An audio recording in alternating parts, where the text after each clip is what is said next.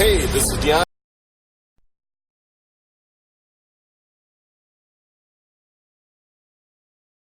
Welcome to Let's Fix It with Chenuda. Sit back, take some copious notes as we provide some awesome solutions to your financial matters. Invite your friends and family to join us. If you're watching on Facebook Live, like, tag, share. Sharing is caring. I am Chenuda Harris, your financial specialist, offering you solutions to your financial matters. Today, we have a very special guest, as promised. I have Miss Kayy Bowen. She's going to talk about entrepreneurship, branding, and marketing. And she's from Creative Masters. So I'm super excited because last week we left off talking about entrepreneurship. And Kay is a young millennial entrepreneur. So I'm super excited to have you. Welcome to the show. Thank you. Thank you. I'm excited. Just really happy to be here. I thank you for the opportunity. You're welcome. Well, first of all, let's talk about how did you become an entrepreneur? Let's tell people about your story. So in becoming an entrepreneur, it wasn't something that was something that I decided when I first began in my work field. I started off in restaurant management, and I thought that that would be like the end game. I thought that I would just become this franchise manager, this restaurant owner. It didn't quite work out that way. But in between jobs, I got a laptop and I started to just play around with different pictures and different graphics and things like that. And it was just something that I liked to do when I was off work. And so, of course, fast food management didn't quite support me completely. And so I sought out another job. I went and I worked for Chrysler. And I was at Chrysler for about 5 to 6 months. And so living in Detroit, and you hear about Chrysler as if it's this awesome job. It's where all of the good people end up at Chrysler. You know, you can make a lot of money here, you can get a lot of hours here, and I'm at Chrysler and I'm like, I don't know what people see in this. This is hard. It's And not so for everybody. and it's not, but the vision that was painted for me was that you get into Chrysler, you could do anything. Like you're there. And so here I am, I'm in Chrysler and I'm 21. I'm 21 in Chrysler and I'm just like, I'm looking at people that come here every day, do the same exact thing, 21, 31, 41, 51, 61, 71. And so I'm just like, how do y'all do it? What is I was waiting on like the secret manual to appear to let me know how to live my life with Chrysler in my life. And so I was working 10, 12-hour days. And the money was good, but I had no time for my stepson. I had no time for my husband. I had no time for me. I had no time for, my hobbies or anything. And so I remember one day I was there for, let's say, this is like my fifth, 6 month, right in between. And everybody's talking about how they're getting rolled over. And rolled over was full time. So you went from temporary employment to full time. And so everyone's talking about how they're getting rolled over and, different opportunities and things like that. And so I'm like excited, but not excited because from my understanding, full time means it's not as lenient as it is for us as temporary employees. And so I remember pulling up in the parking lot and it was just one of them days. Like I woke up feeling good. But when I got there, it was just like as if all of the rain clouds appeared. And I'm sure that there's people out there that can relate to me, Definitely. whether it's a Chrysler job or it's anywhere. But I pulled up and it was just, I was like, I can't do this. I can't do this. Like, I can't go in here. And so, of course, I don't really make decisions just for myself. I'm married. And so I had to consider my husband and what he thought. And so I called him on the phone and I said, hey, babe, I don't want to go in here. And he's like, going where? Aren't you supposed to be at work? And I'm like, I am at work, but I can't do this anymore. What do you think I should do? And my husband is like this savage supporter. So he's just like, if you want to quit, quit. Come home. And in my mind, it's like, Wow. That's amazing because you don't find too many men be like, okay, honey, you quit your job, come on home. Listen, but it Your wasn't helping. Chrysler job. Listen, the Chrysler job, but so it wasn't helping me because I'm like, that was too easy. For you to just say, come on home, that was too easy. And so I began to try to win him over with the idea, but he was already sold. And so I'm like, when I work on the computer and I start to promote that I could do business cards, I make a little bit of money. And so if I just promote more, I can make more money with that. And he's like, okay, come home. And I'm like, well, this job do bring in a lot of money. And so it has to be a way. He's like, listen, babe, whatever you want to do, I'm for it. If you're going to go to work, go ahead. If not, come on home. I'll talk to you later. Wow.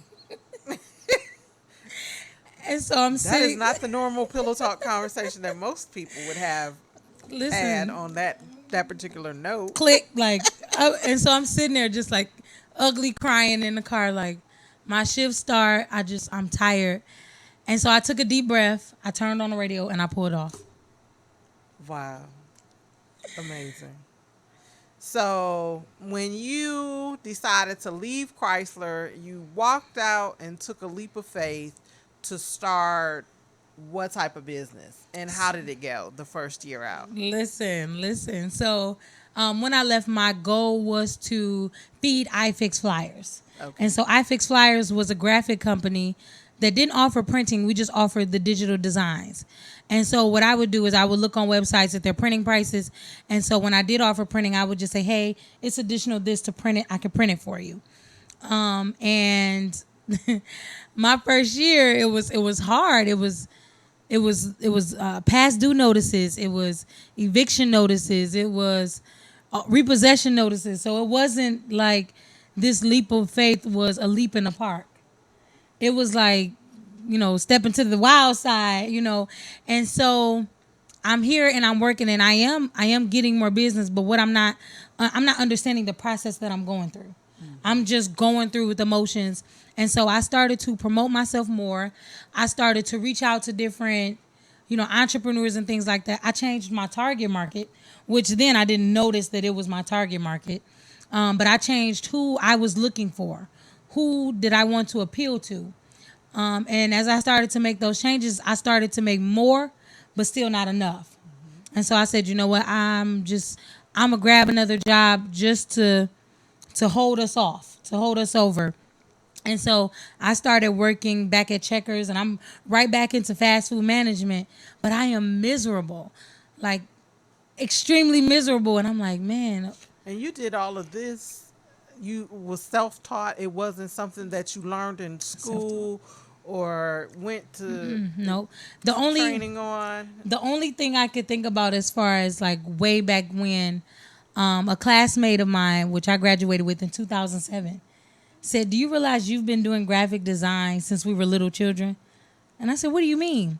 And so as a child, you would take a picture and then you would put the little sparkles on it. You would put the name at the bottom and you would just add all this extra stuff with the little free apps that was on the internet.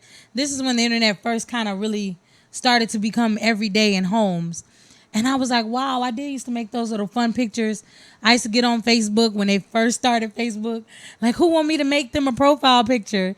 That's cute. And so those little things like that, I would design people's, listen, us millennials know, but I used to design Bebo pages and MySpace pages. And it just was something that I was doing for fun out of leisure time. Okay. And so I didn't really realize that was kind of a seed that I watered back then. Okay. So fast forward into how things are today with what you've developed and the length of time that it took you to get to where you are today. Okay. So we're going to fast forward up 5 years. And I say 5 years because I count my true start as 2015. The first year in business, we made $500 that month. It's like $41 a month. And when I ask people at my seminars, what could you do with $41? A lot of people say nothing. And I'm like, you guys have no amount of understanding to know that $41, 20 of it went to the lights, $10 of it went to food. Like, it was that real for me that this $41 had to make something happen within my home. And so we fast forward now to 2019. We're almost in the last quarter of the year, and we bring about 10 to 12 grand in a month in revenue. Okay. And so again, back then I said, hey, babe, when I promote myself more and when I advertise more and when I network more, I get more business. It took for me to truly study and understand that that was just marketing. That was me branding myself as I'm Kay and this is the business that I own. And then putting that business out in front of the world to see and not just throwing it out there, presenting it in the way that I would want it presented to me. Mm-hmm. And so when I first started, my target market was clubs. Because in my mind, I'm like, clubs buy flyers every week. They always want promotion. They're always throwing events. But then I also realized that there was a lot that came with that I truly wasn't interested in. I didn't want to network at a club. Mm-hmm. You know, I remember my husband reminded me on the way here of how he was like, you've come a long way. You used to chase club owners around to get your money. Right. And now the money comes to you every month without you having to step foot into unfamiliar and uncomfortable places. Right. And so I was like, wow, God, I thank you. Because, again, I was stepping into these places where I didn't feel comfortable. I didn't want to be, but I felt like I had to be. And so when I switched over my target market to small businesses, I got to figure out that there was more need for me there than it was need for me in the club. Mm-hmm. Now, entrepreneurs just starting out didn't have the club money, but they had a bigger drive. Okay. They were more motivated. They were more eager to learn and understand. And so kind of just shifted. So to a person that's just starting a business, be it a millennial or a seasoned person, because I don't like to call people old. I love that word, seasoned. That's right, because I'm seasoned. I'm not a millennial either. I have a millennial, but right. I'm seasoned. What advice would you give to them in terms of finding their target market? So when it comes down to defining your target market, a lot of people start out with what they want and what they like. And the first mindset that you have to adapt is it's not about you. And so when you think about your target market, you think back to the problem. And the problem is why we go into business. So you go into business because you want to solve a problem. So you think about that problem. Okay, the problem is that this is a lack for this person. And so you kind of think about this person. You think about whom that is or whom that could be that's missing something. And so for me, in defining my target market, it was, okay, what's the age group of entrepreneurs now? So it does take research. It does take reading. It does take understanding. It does take networking, because while we feel like this product is for this person, the need may be over here. Mm-hmm. And so it's just all about defining who needs you, right, and who wants you. And then we go into sales versus support. Awesome. You are a plethora of information. And you guys, I'm hoping you're taking those copious notes as I spoke about earlier in the show, because she is just full of great information. But in the meantime, in between time, just so you can reach out to me, my phone number is 734-752-8818, and I will be highlighting some more entrepreneurs. So if that's something that might interest you, definitely please contact me. And then I'm on Facebook at Chenuda M. Harris and Instagram at Chenuda. And my website is letsfixitwithchenuda@gmail.com. And for my services, www.chenudaharris.com is my website. Now, back to Miss Kay. I wanted to give her a little break, y'all, just so she could breathe and catch up a little bit. I love this.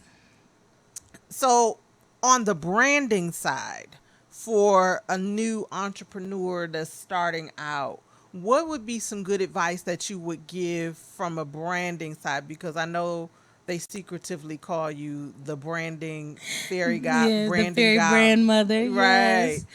Yes. When I say I absolutely adore that name, I adore it. Only because it gives that to branding. Branding is one of those things that you kind of need to do, but you kind of just do it along the way. Some people, when you just start, you kind of develop it along the way. But from what I've learned is that branding is so important because the analogy that I give is imagine your state ID. And so with your state ID, it has a picture of who you are, and it gives sort of a few details about you so that you can be identified. Right. And so when it comes to a brand, it's like creating that identification card for your business so that it could be identified. Because it's a lot of businesses that do the same thing. And so what it does is it sets you apart.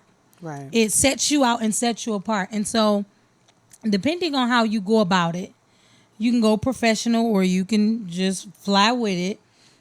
Excuse me. Depending on how you go about it is how well you'll be accepted. And so once you create that brand, you go on to create a brand awareness, which is just simply making people aware of who you are, where you are located, what you offer, how is it available, and things like that. So when it comes to branding, I can't stress this enough that it's numero uno. It's number one. It should be the top thing on your list after you establish the name and the business type and things like that, because that's how you're going to get seen. That's how you're going to get noticed, supported. That's how you're going to get sales. And so that brand is almost like a portfolio. Almost. It's like a box of you. Not you per se, but your business. And so the brand, everything from your logo to your mission statement to your slogan, all have to kind of be together. They have to go hand in hand with one another so that when people choose to, whether it's research or shopping or anything, when they choose you, they kind of have an understanding of what it is they're buying and who it is that they're supporting. Okay. Wow. You are totally killing me today. Lots of information. Granted, what I do is pretty much branded itself. But I'm in the process of branding me, Yes. Chenuda, and as well as the show, Let's Fix It with Chenuda. So I'm doing some other things behind the scenes, some press releases and things of that nature to get the name out. So I'm certain that the information that you are providing is going to be helpful for someone who is just now starting out, because some of these things are taught definitely in marketing classes, but you did this by your own, on your own research, trial and error, figuring out what works. And I love the name Let's Fix It. As you can see, I started off with I Fix Flyers, and it was so catchy. I'm like, because every time someone comes to me, it's messed up, and so I fix it. And I was being very literal. And then I'm like, my name came from the producer of the show, Prophet Blaine. He was the one that branded Let's Fix It with Chenuda when we started the show, because we went back and forth with different names on what to do. And as a matter of fact, I think he was in the process of making a little jingle for it. So yes. I'm excited about where the show platform is going and where it's taking me, because when I initially started out with the show, well, first of all, I never thought that I would be doing a radio show when I decided to do what I do as a credit specialist. Never in my wildest dreams was this something that I thought of. Right. It was just truly something that fell into my lap when we were at the Christmas party. Actually, yes, that's awesome. You and we were sitting at the same table, as a matter of fact, enjoying the Christmas party, and they passed out literature about having a radio program, and sure did. And I was like, radio show. Look, But it was so powerful that night, that at that particular Christmas party, it just resonated with me for a few weeks. This is something that I needed to do, and it was definitely the voice of God showing me, Chenuda, you have a voice. Let it be heard. Let your brand be birthed from this. Yes. And therefore, here we are. It'll be a year in December. First off, I have to say thank you for your obedience unto God with continuing forward, because in that you've given me a platform to share things that a lot of people don't see as necessary information. They don't see it as necessary until they've realized that they've been through 10 and 12 businesses. I was that person where I was making tutus, I was selling dinners, I was making clothes, and I was doing all of these things, but I wasn't quite understanding that it's way more than just money. And last week on our show, we talked about, as you develop your why, your passion, you want to, if you're going to go into business, you want to do something that is going to be enjoyable and that's going to make you feel good and make you want to get up and do it and be a part of it every day. For those of us that work a 9 to 5 or 6 to 2:30 like I do, that's my shift. Yes. At Chrysler. Wow. Listen. I know, right? It just makes you much more humble to stay true to what you want to do, because if you're able to fulfill your dreams on your own terms, it's totally different than fulfilling somebody else's on their terms, on their time schedule. I mean, it's just totally a blessing. Granted, what I do is something on the side for now, but as I grow into it, it's taking me to places that I never thought I would go, and it's getting me in front of people whom I never thought I would ever meet in my life. Listen, I'm happy for you. I get excited when I hear people work at Chrysler, because the first thing that pops into my mind is I'm gonna help them quit their job too, and it's just because it's so many different. Like they say, they use the analogy, go look in the bread aisle. There's a lot of different brands of bread. And so I'm the type of person that looks in the bread aisle and then I check the dates. And I check the dates of the bread because I want to see which bread is selling and which bread isn't. With this bread, what is this bread not doing that the other breads are doing? Is it price? Is it location? Is it texture? I want to know. I want to get into the gut of the situation, the problem. I want to get to the middle, what they say, the nitty gritty. I want to get in there and kind of figure out what's stopping things from turning and working the way that they would like for them to. Okay. This is so awesome. I'm just super excited that you're here with us. As we begin to close here soon, give that new entrepreneur some sound advice as to moving forward with the dream or their vision, because you were very clear with your vision that God gave you, and you had to go through some stumbling blocks and obstacles to see that dream come to fruition, and you're still going through some obstacles and things as your business grow, and those are growing pains that every entrepreneur goes through, because understand something, Warren Buffett didn't build his billion-dollar business just by it being a smooth road and everything being peachy. Amazon wasn't birthed to be something that was just a smooth transition. That was a bedroom dream that he started. Popeyes wasn't always this hype either. No, exactly. They were $391 million in debt in 1990. In 1991, they had to sell their company to stay afloat. So any advice that I could give to entrepreneurs is, first and foremost, understand that it's not a cakewalk. It's not a walk in the park. It's not going to be easy. It's going to be days where you're going to feel like giving up, and you can't give up. No, I'm not going to tell you to quit your job. What I'm going to tell you to do is manage that job. And so just as you have managers at work, I need you to manage your job. So when that check comes in, you're allocating the funds the right way. Because being an entrepreneur, you're going to have $600 in the bank, and 500 of it may not be yours because it belongs to the business. And so you have to have that sense of care and urgency when it comes to managing your business. If you're given an opportunity, take it. Do your research first, because they say if it's too easy, don't take it. Right. And so get out there and network, bump shoulders, and support people. Supported people support people, if that makes any sense. And so My sound advice to you would be to keep going and to not give up. It may not work the way you initially thought it should work, but as long as you don't give up, you'll continue to make it. If I would have gave up in year 3, I would have never saw the glory that I see today. I would have never saw the light that I see today. I would have never been truly walking in purpose and passion if I would have gave up then. And so my biggest advice to you is don't give up. Do your research, read a book. I left school because I couldn't afford it, but I could still afford the textbooks.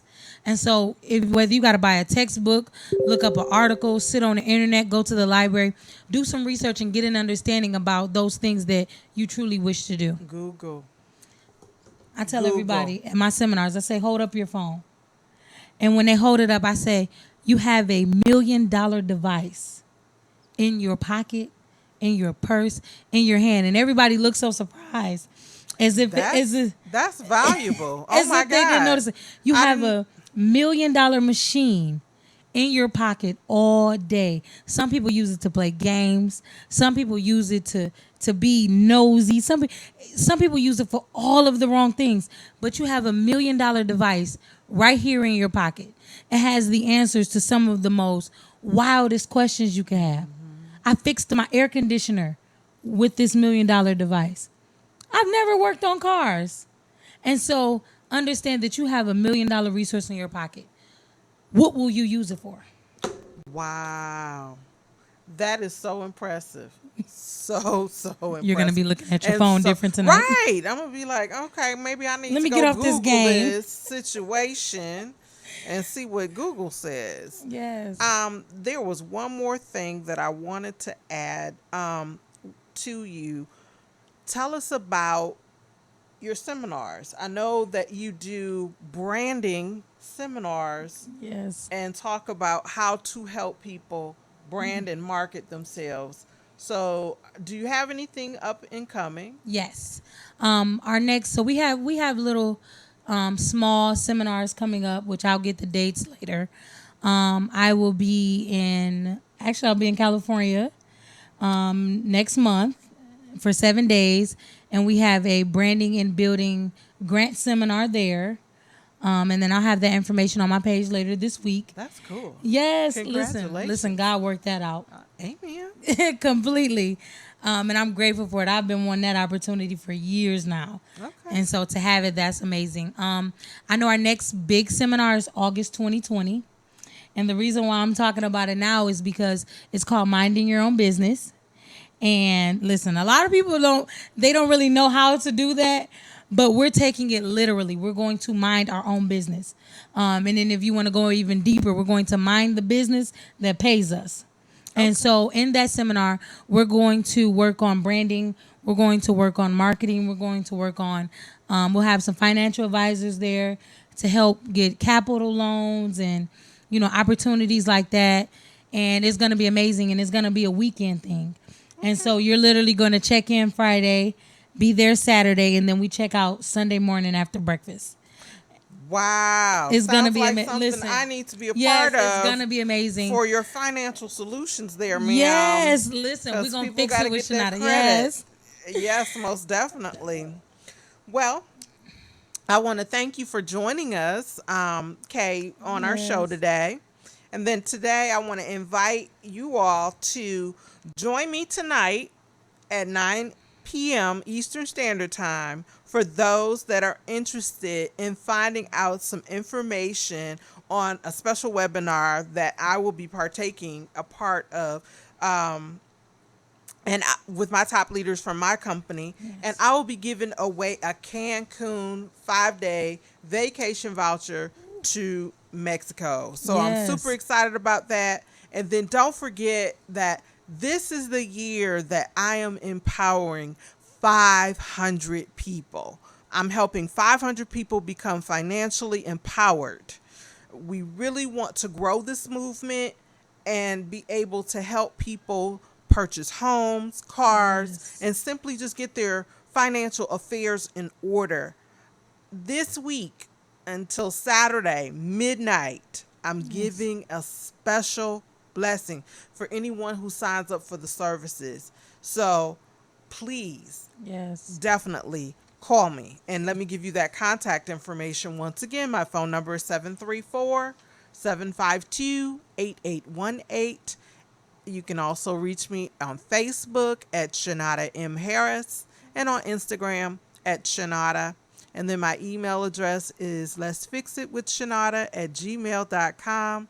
And if you just want to go look at the services or even sign up without even talking to me, that's great too. You can go to www.chenudaharris.com. So with that being said, I want to thank you again, Miss Kayy, for coming out and hanging with me with Let's Fix It with Chenuda. And here at the Worship Radio International, we're super excited about all of our guests that visit our platform. And then we want to give a special shout out to our sponsor, Northland Chrysler Jeep in Oak Park, Michigan, for being one of our sponsors here at Worship Radio International. So with that being said, folks, until God says the same, we thank you so much for tuning in, and we will see you next week.